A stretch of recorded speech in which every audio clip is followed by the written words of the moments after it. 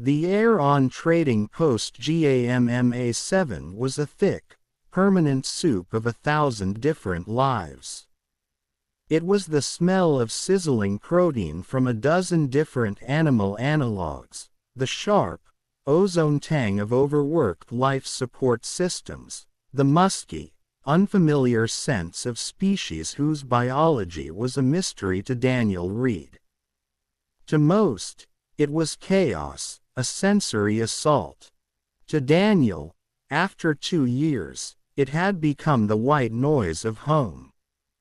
His repair booth was a sliver of organized sanity wedged between the cacophonous clatter of a noodle vendor and the garish, flashing holograms of Grav Galaxy, a shop selling gravity boots to tourists who'd never need them. It was a tight fit, barely 6 feet wide, but it was his. The walls were lined with shelves he'd built himself, each one holding carefully labeled bins of resistors, capacitors, micro-actuators, and spools of wire in a dozen gauges. This was his sanctuary, a kingdom of logic and order in a universe of beautiful, bewildering chaos. He wiped down his workbench for the 3rd time that morning with a soft, lint-free cloth. It was a ritual, a meditation. The polished durasteel surface was a canvas awaiting its next challenge. Around him, the corridor thrummed with its usual discordant symphony.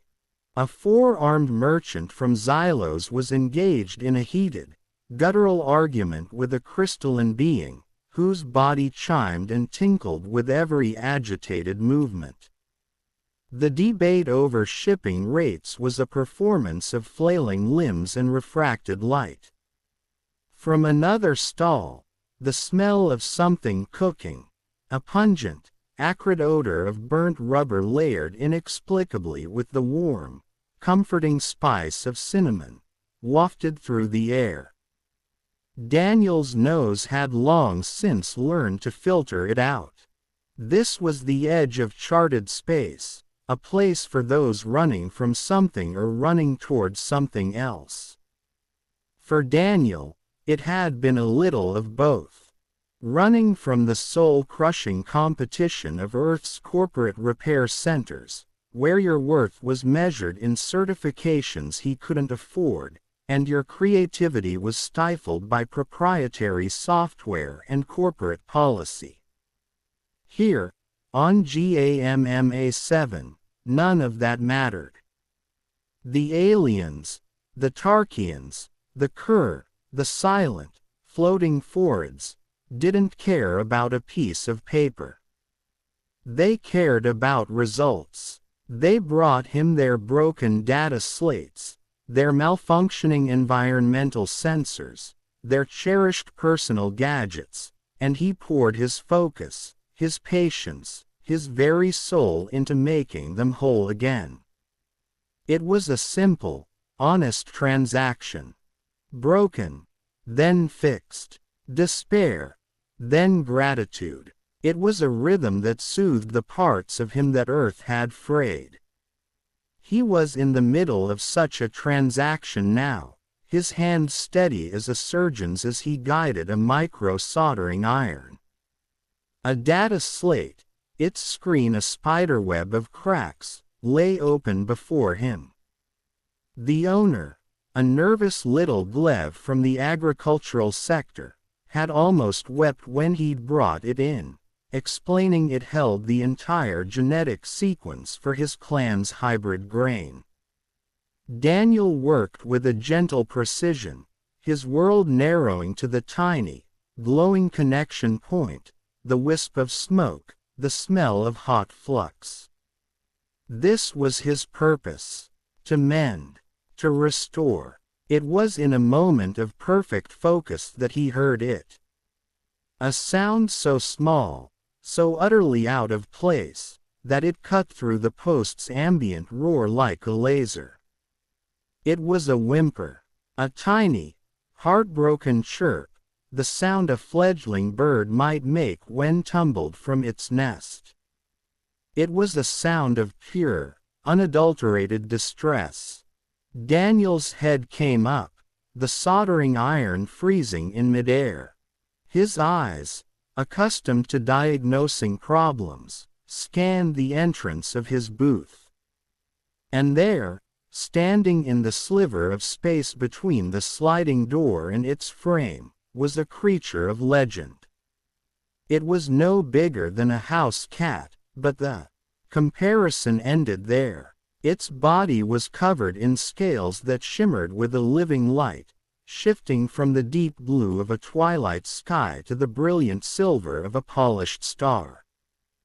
Delicate, membranous wings, like finely veined leaves of mica, were folded tightly against its back. It had a slender snout, large, expressive eyes the color of molten gold, and tiny, clawed hands that clutched something to its chest. And from those magnificent golden eyes, tears fell. Not metaphorical tears, but real, shimmering droplets that traced paths down its scaled cheeks and pattered softly on the grimy floor. Daniel's breath caught in his throat. A Draken. He'd only ever seen them in historical archives and the occasional news bulletin about distant diplomatic summits. They were ancient, powerful, reclusive. Myths given flesh and scale. They did not frequent backwater trading posts. They certainly did not wander into human repair booths. Yet, here one was. A child. A baby. The little Draken made the sound again, a pitiful mewl that resonated in a place deep within Daniel's chest, a primal place that responded to any young thing in pain.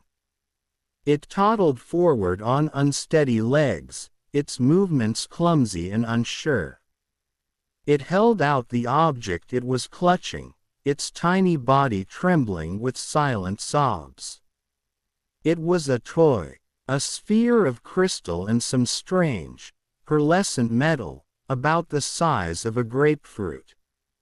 Through a nasty crack in its surface, Daniel could see intricate circuitry that looked less like wiring and more like captured lightning, frozen in intricate, fractal patterns. It was clearly a thing of immense craftsmanship and beauty. And it was broken. Daniel's professional assessment was instantaneous. Catastrophic failure of the primary housing, leading to a cascade of severed energy conduits. But that was the technician in him. The man, the human, saw only a child, weeping over a shattered treasure. He set the soldering iron carefully in its stand, the movement slow and deliberate, afraid any sudden motion might startle the little creature. He lowered himself, his knees cracking in protest, until he was crouching, bringing his eyes level with the Draken's. "Hey there, little one," he said, his voice soft, a low murmur meant to calm frightened animals and, apparently, dragon-like aliens. "What's happened to you?" The baby Draken couldn't answer in words. It just pushed the broken sphere toward him, its golden eyes pleading, its tears flowing anew.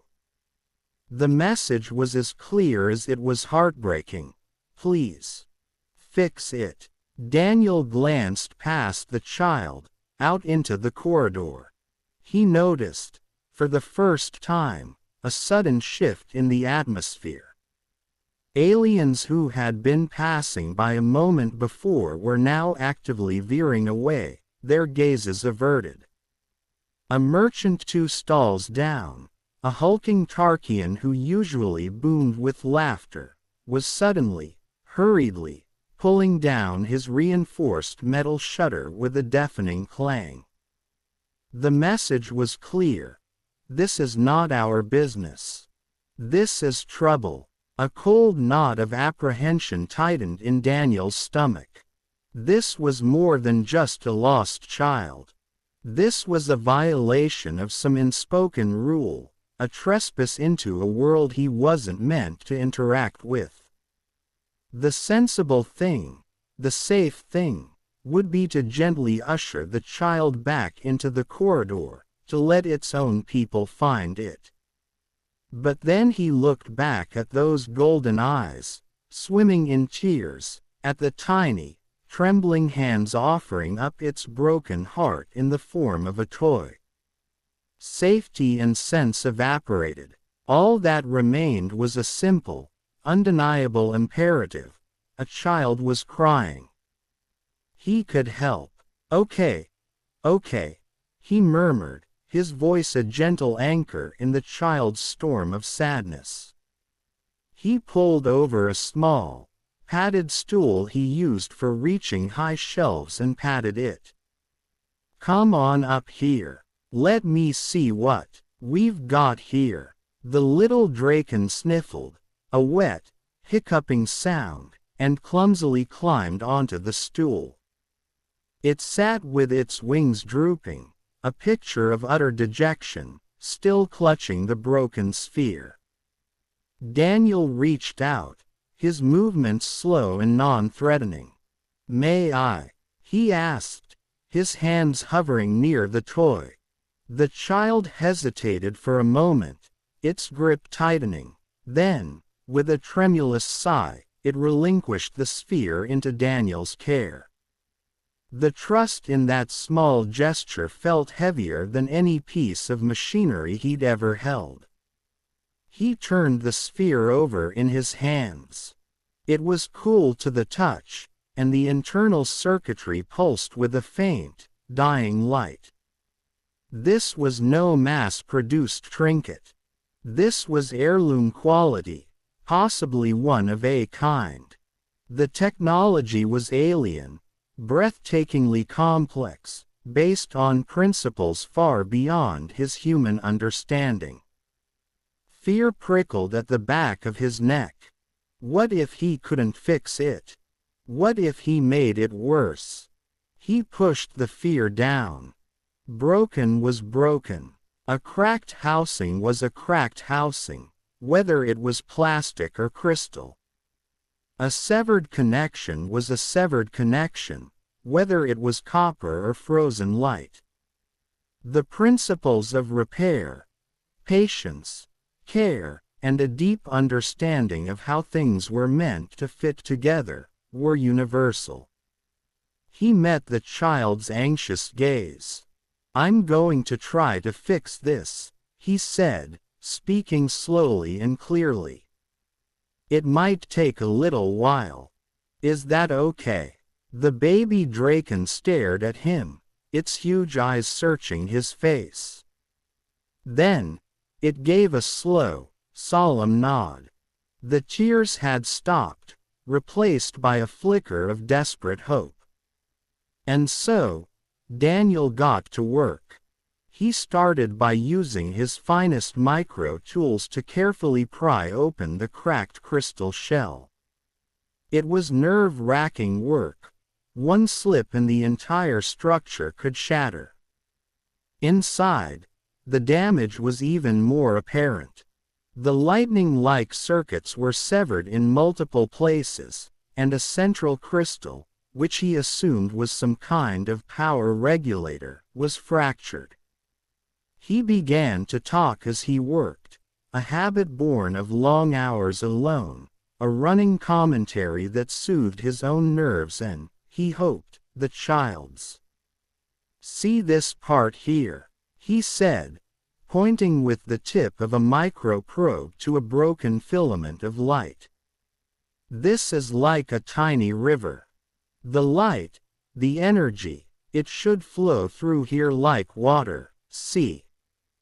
But there's a break, so we need to build a little bridge for it. The baby Draken leaned forward, its snout almost touching his hands, its golden eyes wide with fascination. Its sadness was momentarily forgotten in the mystery of the repair. Daniel worked with a focus that bordered on reverence. He couldn't replicate the original Draken components, but he could approximate their function. For the broken crystal, he carefully ground down a similar-sized piece of quartz from a broken comm unit, shaping it with infinite patience until it fit perfectly into the housing.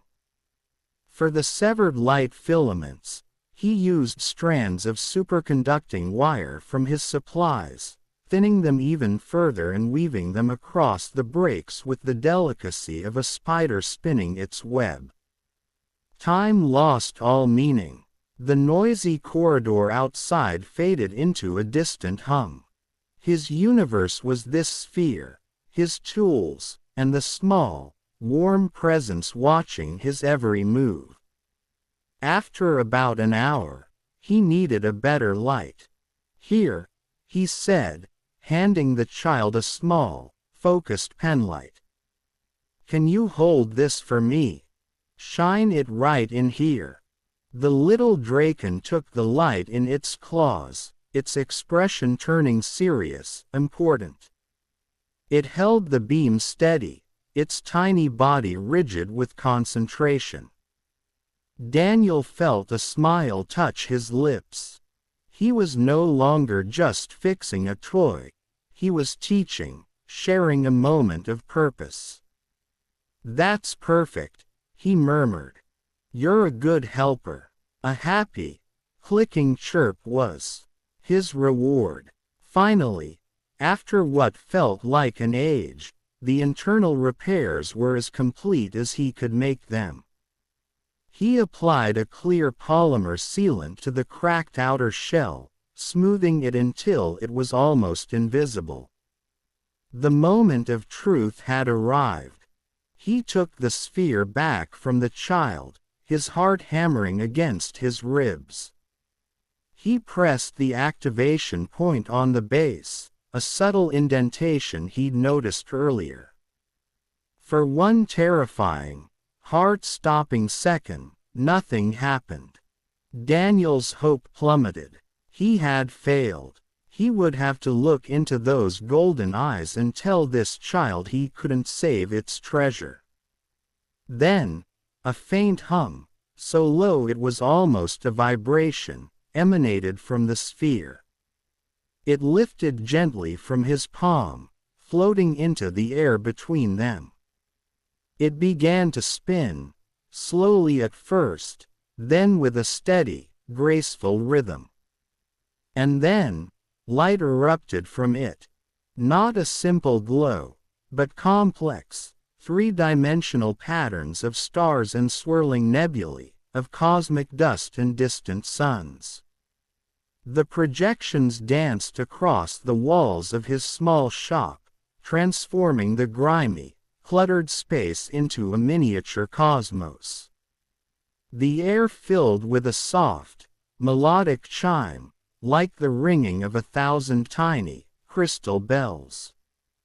The transformation in the baby Draken was instantaneous and absolute. Its golden eyes went wide, reflecting the newborn galaxies on his walls. A sound of pure, unbridled joy escaped it, a series of happy, musical chirps and clicks. It reached out with both hands, and the sphere, as if understanding, settled gently into its embrace. The child hugged the sphere to its chest, nuzzling it with its snout. Then it turned its overwhelming joy onto Daniel. It couldn't hug him. Its arms were too small, so it wrapped itself around his forearm, pressing its warm, scaled body against him, trilling and chirping its gratitude. Daniel felt a lump form in his throat. The emotional whiplash, from despair to this radiant joy, was overwhelming. He laid a gentle hand on the child's back, feeling the delicate structure of its folded wings. "You're welcome, little one," he said, his voice thick with an emotion he couldn't name. You take good care of it, all right. The baby Draken nodded enthusiastically, its entire body wiggling. It hopped off the stool, clutching its repaired treasure as if it were the most precious thing in the universe. It toddled toward the door, then paused at the threshold. It looked back at Daniel, its golden eyes meeting his one last time. It chirped something that sounded, in its own language, like a formal and heartfelt goodbye, and then it disappeared into the shifting crowds of the corridor. The silence it left behind was profound. The star maps faded from the walls, and his shop was just his shop again, a little dimmer, a little quieter. Daniel stood and stretched, his back protesting the 2 hours he'd spent hunched over his workbench. He felt a profound sense of exhaustion, but beneath it, a deep, resonant satisfaction. He had fixed the unfixable. He had dried a child's tears. He returned to his half-repaired data slate, the Glevgrain sequences momentarily forgotten. Just another day at the shop, he tried to tell himself. But he knew, in a place deeper than bone, that it was not. Across the corridor, hidden in the deep, industrial shadows of a loading dock, a massive form lowered a sophisticated viewing scope. He was an adult Draken, his scales the color of deep, volcanic crimson, etched with intricate patterns of gold that spoke of high rank and ancient lineage. He had seen everything. The child's entrance, the human's initial shock, the gentle crouch, the hours of painstaking work, the moment of activation, the child's radiant joy. High Counselor Dravik stood perfectly still for a long time, his own ancient heart processing. The scene. The human had not known he was being watched. His actions had been unprompted, uncalculated. He had seen a crying child, nothing more, and his response had been one of instinctive compassion and quiet competence. There had been no fear, no groveling, no attempt to leverage the situation. Just kindness. Dravik turned, his powerful body moving with a silent grace that belied his size. His claws made soft, precise clicks on the metal deck plates as he walked away. He had a great deal to report to the Queen. 2 days passed. Daniel went through his routines, repairing a faulty oxygen scrubber for a Ford, recalibrating the payment scanner for the noodle vendor, but he felt a subtle shift in the atmosphere of the trading post. It was in the way the other merchants looked at him. Some offered nervous, fleeting smiles. Others, like the Tarkian, seemed to actively avoid his gaze, finding something suddenly fascinating on the opposite wall when he walked by. The usual easy camaraderie of the lower-level merchants had been replaced by a wary, watchful silence. It was his neighbor, Mrs. Kelwin, who finally broke the silence. She was a human woman in her late 70s, her face a roadmap of laugh lines, who had retired from a corporate gig on Mars and now sold gravity boots to wide-eyed tourists. They shared lunch most days, eating noodles from the vendor down the hall. Today, she stirred her noodles without eating, her brow furrowed. Words gotten around. Daniel, she said quietly, not meeting his eyes. About what? He asked, though a cold dread was already coiling in his stomach. About you. Helping that, Draken child. Daniel shrugged, trying to project a nonchalance he didn't feel. I just fixed a toy. It was crying. Mrs. Kelwin finally looked at him, her eyes sharp and serious. Daniel, the Draken don't let their children wander. Ever. They're more protective of their young than anything. If one did, and it came to your shop of all places, she leaned closer, her voice dropping to a whisper. It means someone was watching. Someone powerful. The noodle in Daniel's mouth suddenly tasted like ash. The feeling of being observed, the hurriedly closed shutters, it all clicked into a terrifying picture. Well, nothing bad has happened, he said, his voice less steady than he would have liked. So I guess I'm fine. Mrs. Kelwin's expression was grim. Or, she said slowly, something is about to happen. Her words echoed in his mind for the rest of the day, a dark prophecy that colored every interaction. The next morning, he arrived at his booth to find that prophecy fulfilled. There were 6 of them.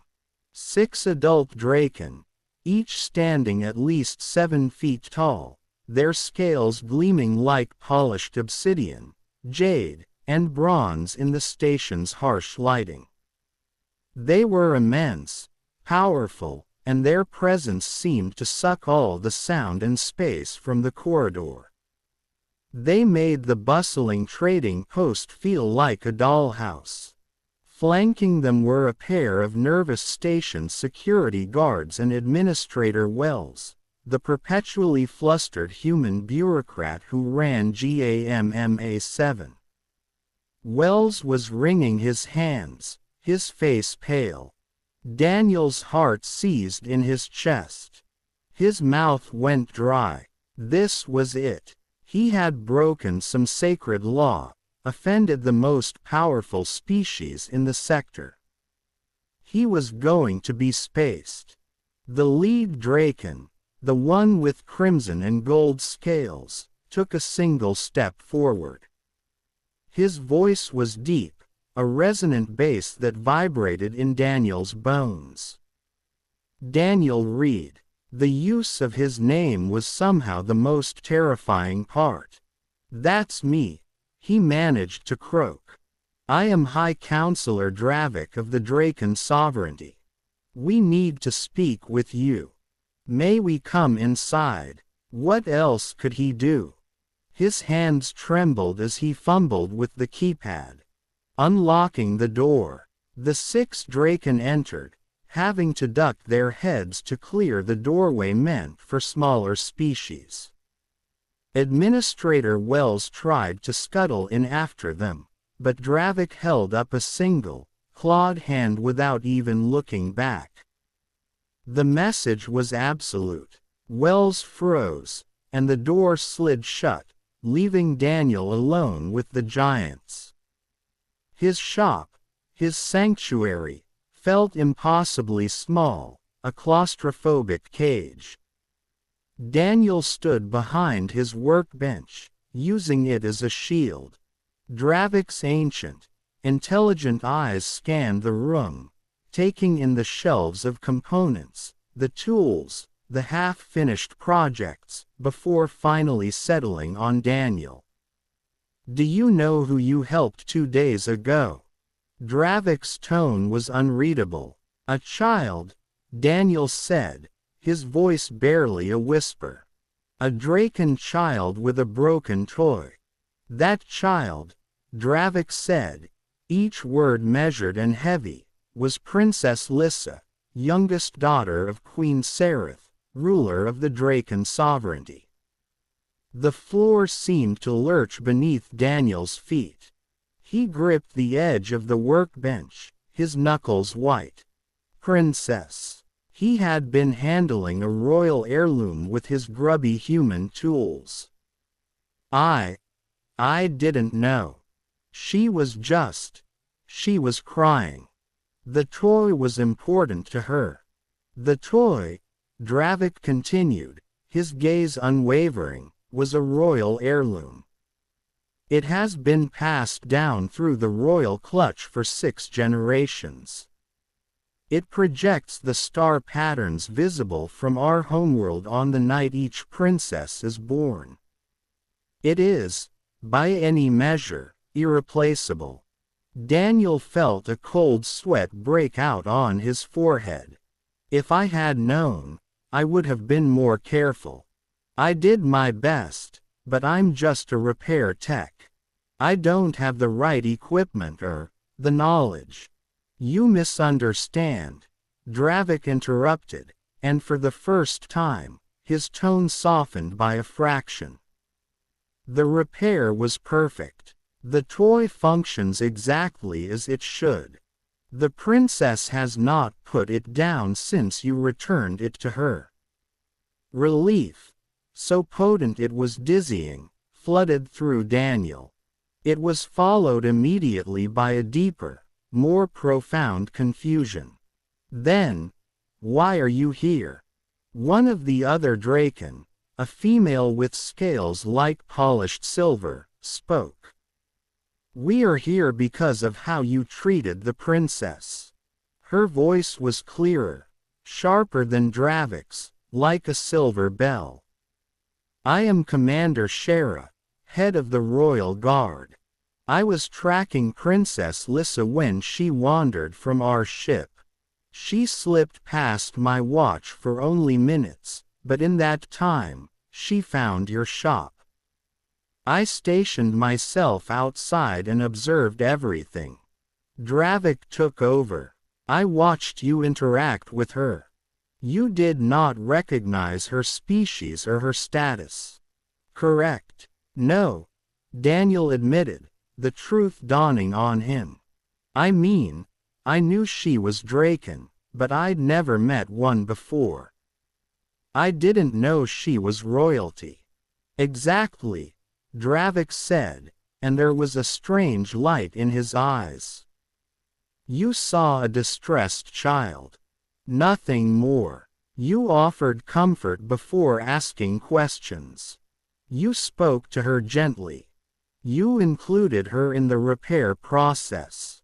You refused payment, though you must have known the toy was valuable.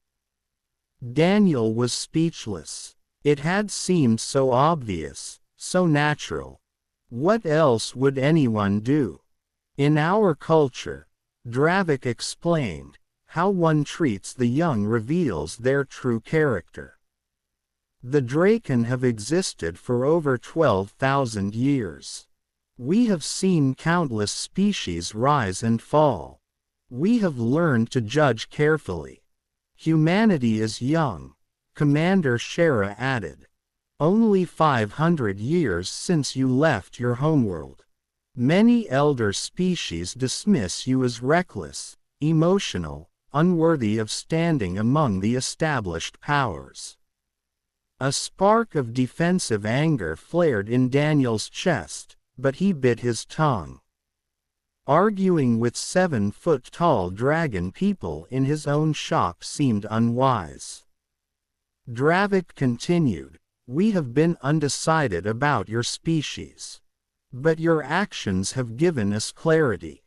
You showed kindness without expectation of reward. You used creativity and persistence to solve a problem you had never encountered before. These traits are valuable. I still don't understand why you're telling me this, Daniel said, his mind reeling. Because the Draken sovereignty wishes to understand humanity better, Dravik said, his lips pulling back to reveal a hint of sharp, white teeth. It took Daniel a moment to realize it was a smile. And we believe you can help us do that. We want you to come to our homeworld, Dreas Prime, as a technical advisor and cultural liaison. The words hit Daniel with the force of a physical blow. The air left his lungs. What? No, I'm not a diplomat. I fix things. I don't know anything about politics or cultures. Exactly, Dravik said, the smile widening slightly. Politicians tell us what they think we want to hear. They perform. But you, Daniel Reed, you simply acted according to your nature. That is what we need to understand. Not humanity's carefully crafted image, but who you actually are. Daniel's gaze swept around his small shop. This cramped, greasy booth was his entire life. It was safety. It was known. The thought of leaving it, of traveling to the heart of an alien empire, was terrifying. It was a leap into an abyss.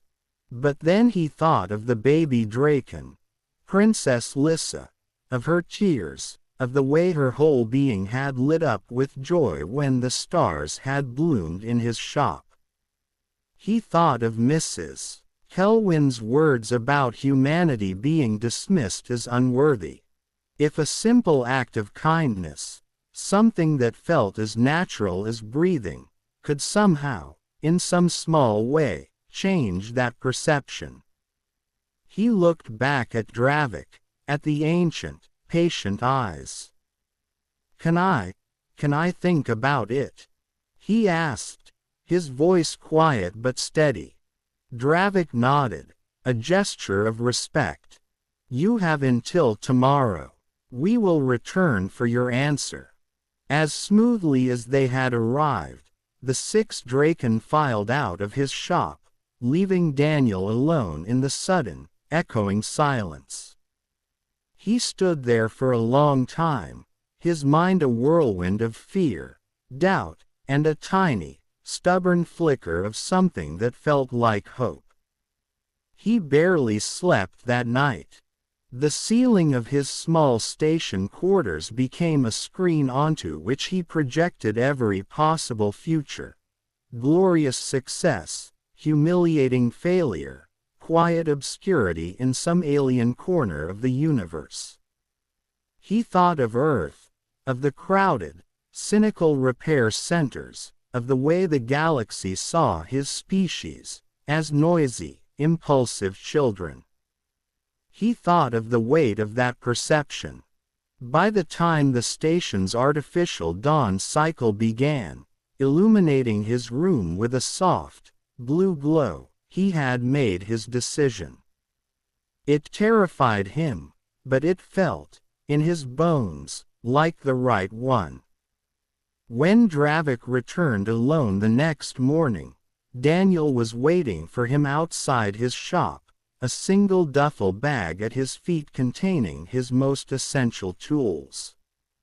I'll do it, Daniel said, his voice clear despite the tremor in his hands. But I have conditions. Dravik's eyes gleamed with what might have been approval. Speak. I keep doing what I do. Fixing things. I'm not going to stand around in fancy rooms pretending to be something I'm not. If you want to understand humans, you get the real version. Me. Working with my hands, solving problems. Take it or leave it. For a moment, there was only the hum of the station. Then, Dravik's lips pulled back in that sharp-toothed smile. Agreed. Gather what you need. We leave in 3 hours. Those 3 hours were a blur of frantic activity. He packed his tools with more care than he'd ever packed anything. He sold his shop lease back to a stunned administrator Wells for a pittance. He said goodbye to Mrs. Kelwin, who hugged him tightly, her eyes wet with tears, and made him promise to send messages. And then he was walking through the polished, silent corridors of the Draken vessel, the Star Wing, a ship that made every human design he'd ever seen look like a child's crude drawing. The journey to Draken Prime took 4 days. The ship moved through space not with the lumbering thrust of human engines, but with a silent, graceful folding of reality that left Daniel's stomach perpetually unsettled. Draken technology was less engineering and more like applied art, built on principles that felt alien and beautiful. When they finally arrived and Daniel was allowed to press his face to a viewing port, he forgot to breathe. Draken Prime was a world of impossible, heart-stopping beauty. Mountain ranges of pure crystal pierced swirling, violet-clouded skies. Cities of shimmering spire, looking as if they were grown rather than built, spread across continents, catching the light of the system's twin suns. And everywhere, massive Draken flew, their powerful wings carrying them between the towers, their scales glinting like scattered jewels. It was a sight that humbled the soul. They landed in the capital, Highspire. Daniel was given quarters in the palace district that were larger than his entire station apartment. The windows looked out over gardens where plants of silver and cobalt blue swayed in a gentle breeze. The air itself smelled of ozone and something sweet, like night-blooming flowers. "You will set up your workshop here," Draken told him, showing him an adjacent room with walls that seemed to be made of captured starlight. "We will bring you items that need repair. You will work on them as you would any other job. Palace residents will come to you. Through these interactions, we will learn." "That's it?" Daniel asked, feeling overwhelmed. "Just fix things." "Just fix things," Draken confirmed. "But pay attention. Watch how people react. Share your thoughts. Help us understand the human way of seeing problems." The next day, Daniel arranged his familiar, humble tools on the gleaming workbench. It felt absurd, like using a stone axe in a cathedral. But as he warmed up his soldering iron and the familiar scent of hot metal and flux filled the alien air, a sense of calm settled over him. This, he could do. His first customer was a young Draken with emerald scales, who brought a damaged data device. Daniel fixed it, explaining his process. The Draken watched, fascinated, asking why he chose certain approaches over others. More came. A malfunctioning environmental suit regulator. A food prep unit that kept synthesizing a bitter, inedible paste. A piece of kinetic art that had frozen in place. Each repair was a puzzle, a conversation. And every single day, without fail, Princess Lissa visited. She would toddle into his workshop, sometimes carrying her now pristine star sphere, sometimes clutching some new broken treasure she'd found. A light panel from a wall sconce, a small, automated cleaner that had stopped cleaning. She couldn't speak galactic standard yet, but she would chirp and click, pointing at the problem with a solemn intensity. Daniel would fix whatever she brought, talking to her the whole time, and she would watch, her golden eyes missing nothing. Through Lissa, he met her older siblings, curious about the human their baby sister had adopted. He met palace staff, from lowly cleaners to high-ranking engineers. He met nobles from other cities who traveled to Highspire just to meet the human technician. He learned that the Draken valued tradition but respected true innovation. They were fiercely proud but not arrogant. Their family bonds were sacred, and the care of their young was the central tenet of their society. They were cautious because they had a long memory, and they had seen promising species burn out in flashes of pride and violence. In return, Daniel showed them human stubbornness. When a Draken engineer declared something irreparable because the specific part was no longer made, Daniel would scavenge, adapt, and improvise. He combined techniques from a dozen different disciplines in ways that seemed illogical to the Draken but produced results. He refused to accept that any problem was truly unsolvable.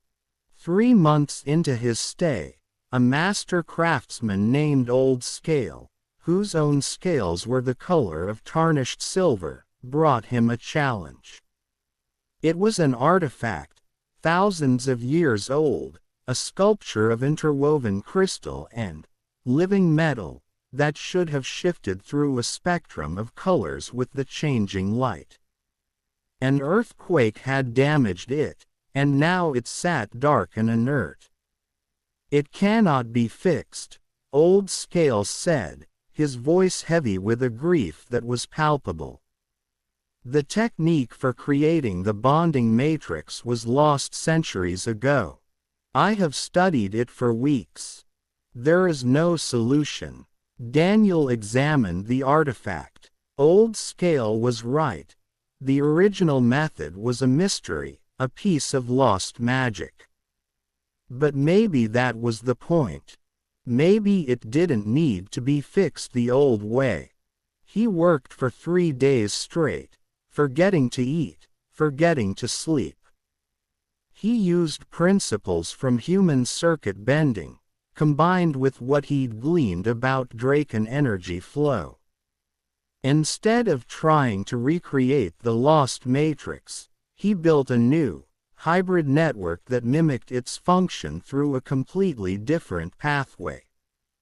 It was a heresy, a patchwork solution. When he finally activated it, the sculpture blazed to life. Colors flowed across its surface like liquid rainbows, more vibrant than even Old Scale had described. The old Draken was silent for a long time. Then, he did something Daniel had never seen a Draken do. He bowed deeply, from the waist, a gesture of profound respect. "You have done what I believed impossible," Old Scale said, his voice thick with emotion. "Not by knowing more than me, but by being willing to see differently." The story spread. The human who sees possibilities where others see only limitations. Daniel didn't feel remarkable. He had just refused to give up. But to the Draken, that persistence, that creative spark in the face of impossible odds, was something uniquely, powerfully human. 6 months had passed. Daniel's workshop had become an unofficial meeting place, a neutral ground where Draken from all walks of life came to talk, to ask questions about humanity, to share their own stories. He had learned more about the galaxy in half a year than in his entire previous life. One day, a different quality of quiet settled over Highspire.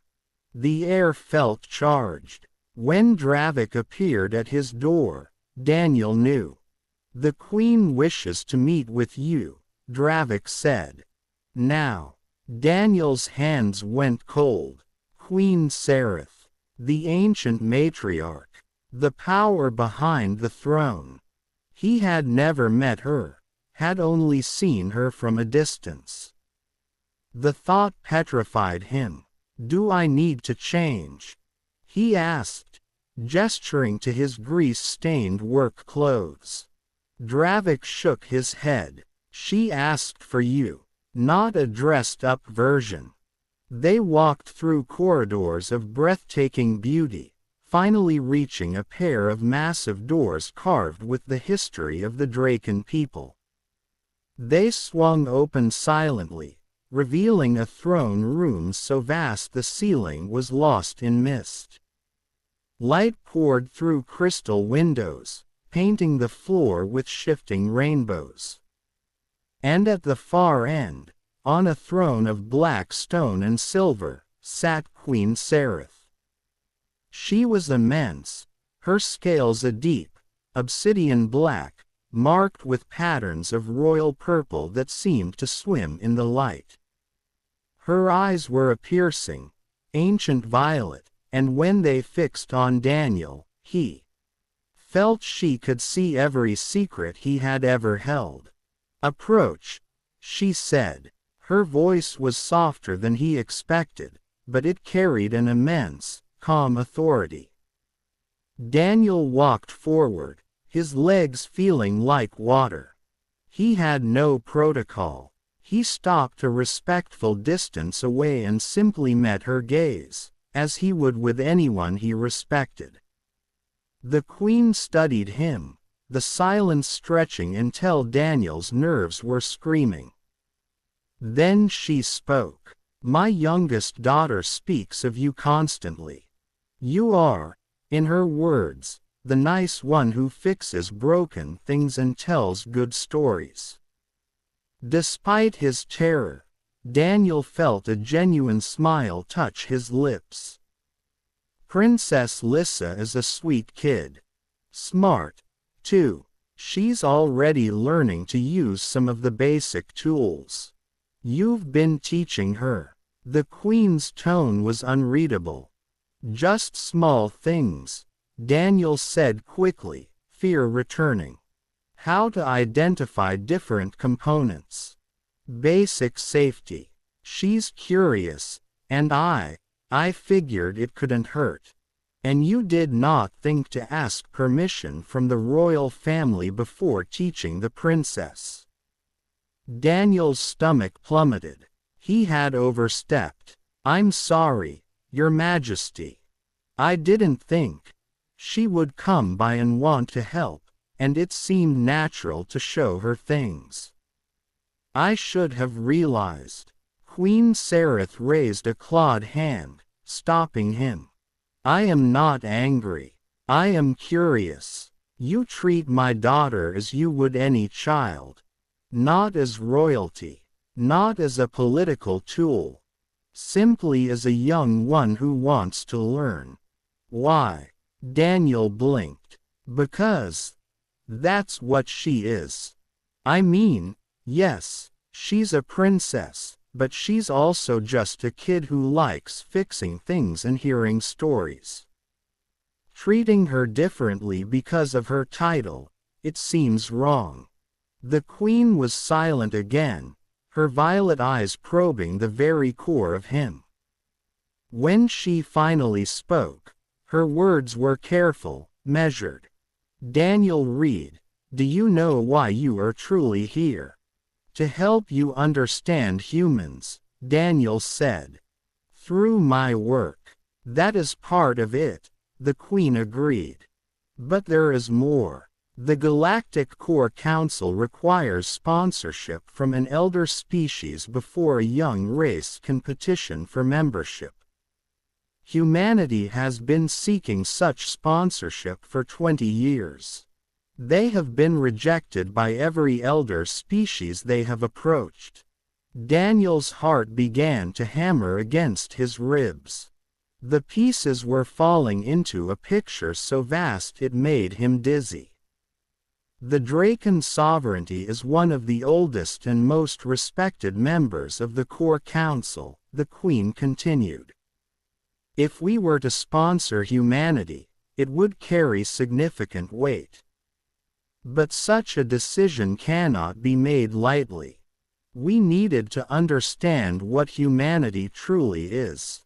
Beneath the politics. Beneath the presentations. So, Princess Lissa finding my shop," Daniel said slowly. "That wasn't an accident. The princess wandering off was entirely her own doing, Dravik said from behind him. She is adventurous. But when it happened, I chose to observe rather than immediately retrieve her. I wanted to see how a human would react to a Draken child in distress when they did not know they were being watched. Queen Sereth leaned forward slightly, and the full weight of her attention felt like a physical force. I ask you now, Daniel Reed, a simple question. What makes your species worthy of standing among the elder races? What makes humanity special? Daniel thought of old Scale, of the young engineer, of the nobles who had come to his shop. He thought of the long, painful history of Earth, of its wars and its art, its greed and its generosity. He thought of the simple, profound act of comforting a crying child. I don't think we're special, he said finally, his voice quiet but firm in the vast chamber. We're young. We make mistakes. We're still figuring out who we are. We can be selfish, short-sighted. We fight over stupid things. The Queen's expression didn't change. Then why should we sponsor you? Daniel took a deep breath. Because we try. When we see someone hurting, most of us want to help. When we see a problem, we don't give up just because it's hard. We're good at connecting, at seeing past the differences to the person underneath. And we're creative. We find new ways to solve old problems. He looked her straight in the eye. Maybe we're not the strongest or the smartest or the oldest species out there. But we care, and we're willing to learn. Isn't that worth something? The throne room was utterly silent. Queen Sereth sat back, her violet eyes thoughtful. Then, slowly, she smiled. It was not Dravik's sharp smile, but something warmer, more genuine. It was the smile of a grandmother, of a wise leader who had just heard a truth she had been waiting for. Yes, she said softly. It is. The formal announcement came 3 days later. The Draken sovereignty would sponsor humanity's petition to join the Galactic Core Council. The news created shockwaves across known space. Daniel watched the broadcasts from his workshop, the surreal feeling returning. But his role wasn't over. He was the example. He had to go to the council station, to be the human the Draken would point to. The following weeks were a whirlwind of meetings with representatives from dozens of species. Some were friendly, some hostile. Daniel met them all in his workshop, doing what he did best. He fixed a computation device for a logical, insect-like quillin, explaining that trial and error taught him things calculation could not. He faced down a contemptuous, militaristic Torvan officer, admitting humanity's weaknesses but arguing that their short lives made them value connection and resilience. Through it all, Lissa was his constant. One day, she brought another young Draken, a cousin named Ren, who had a badly healed wing that caused him constant pain. The healers had said nothing could be done. Can you fix it? Lissa asked, her eyes full of faith. Daniel's first instinct was to say no. He was a technician, not a doctor. But he looked at Ren's hopeful, pained eyes and saw another broken system. He worked with the Draken healers, applying his understanding of structural stress and support. Together, they designed a lightweight brace that redistributed the forces on the wing. It wasn't a cure, but it gave Ren back his flight, his freedom from pain. The success was another ripple, another story. Daniel Reed, the human who fixed lives. When the time came for the council vote, Daniel stood in the immense, ancient chamber, surrounded by hundreds of alien species. He was terrified, but when Queen Sereth gestured to him, and he saw Lissa in the gallery, he found his voice. "I'm just a guy who fixes things," he said, his rough voice echoing in the silence. He spoke of the baby in his shop, of the simple human impulse to help. He spoke of humanity's flaws, but also of its stubborn, creative, caring heart. "That's what humans do," he finished. "We help. And maybe that's not impressive, but it matters. It has to matter." The vote was close. 87 in favor, 73 against. But it was enough. Humanity was in. There were celebrations across Earth, but Daniel felt a quiet solemnity. The hard work was just beginning. Queen Sereth, in a final private meeting, gave him the answer he needed. "You change the galaxy one small action at a time," Daniel Reed. "One repair, one kindness, one connection." She offered him a new position. To open a workshop on the council station itself, to be a mender of things, and a builder of bridges. Daniel thought of his small booth on GAMMA7, of the child who had started it all, of the long, strange, wonderful path that had led here. "Yeah," he said, a slow smile spreading across his face. "I think I would." 3 months later, Daniel Reed opened a new workshop on the Galactic Core Council station. It was bigger, better equipped, but the principle remained the same. People brought him broken things. He fixed them. One day, a small, furry, 6-armed being from a species he'd never met entered his shop, its large eyes wide with worry, holding a shattered communication device. It made a soft, distressed chirp. Daniel smiled, the memory of another child, another time, warming him. He gestured to a chair. "Hey there," he said, his voice gentle and calm. "Let me see what we've got." As he began his work, explaining each step, he knew this was how it happened. Not with grand speeches or mighty fleets, but like this. In small, quiet rooms, with patience and care, one broken thing at a time. And that, he thought with a profound sense of peace, was a future worth building.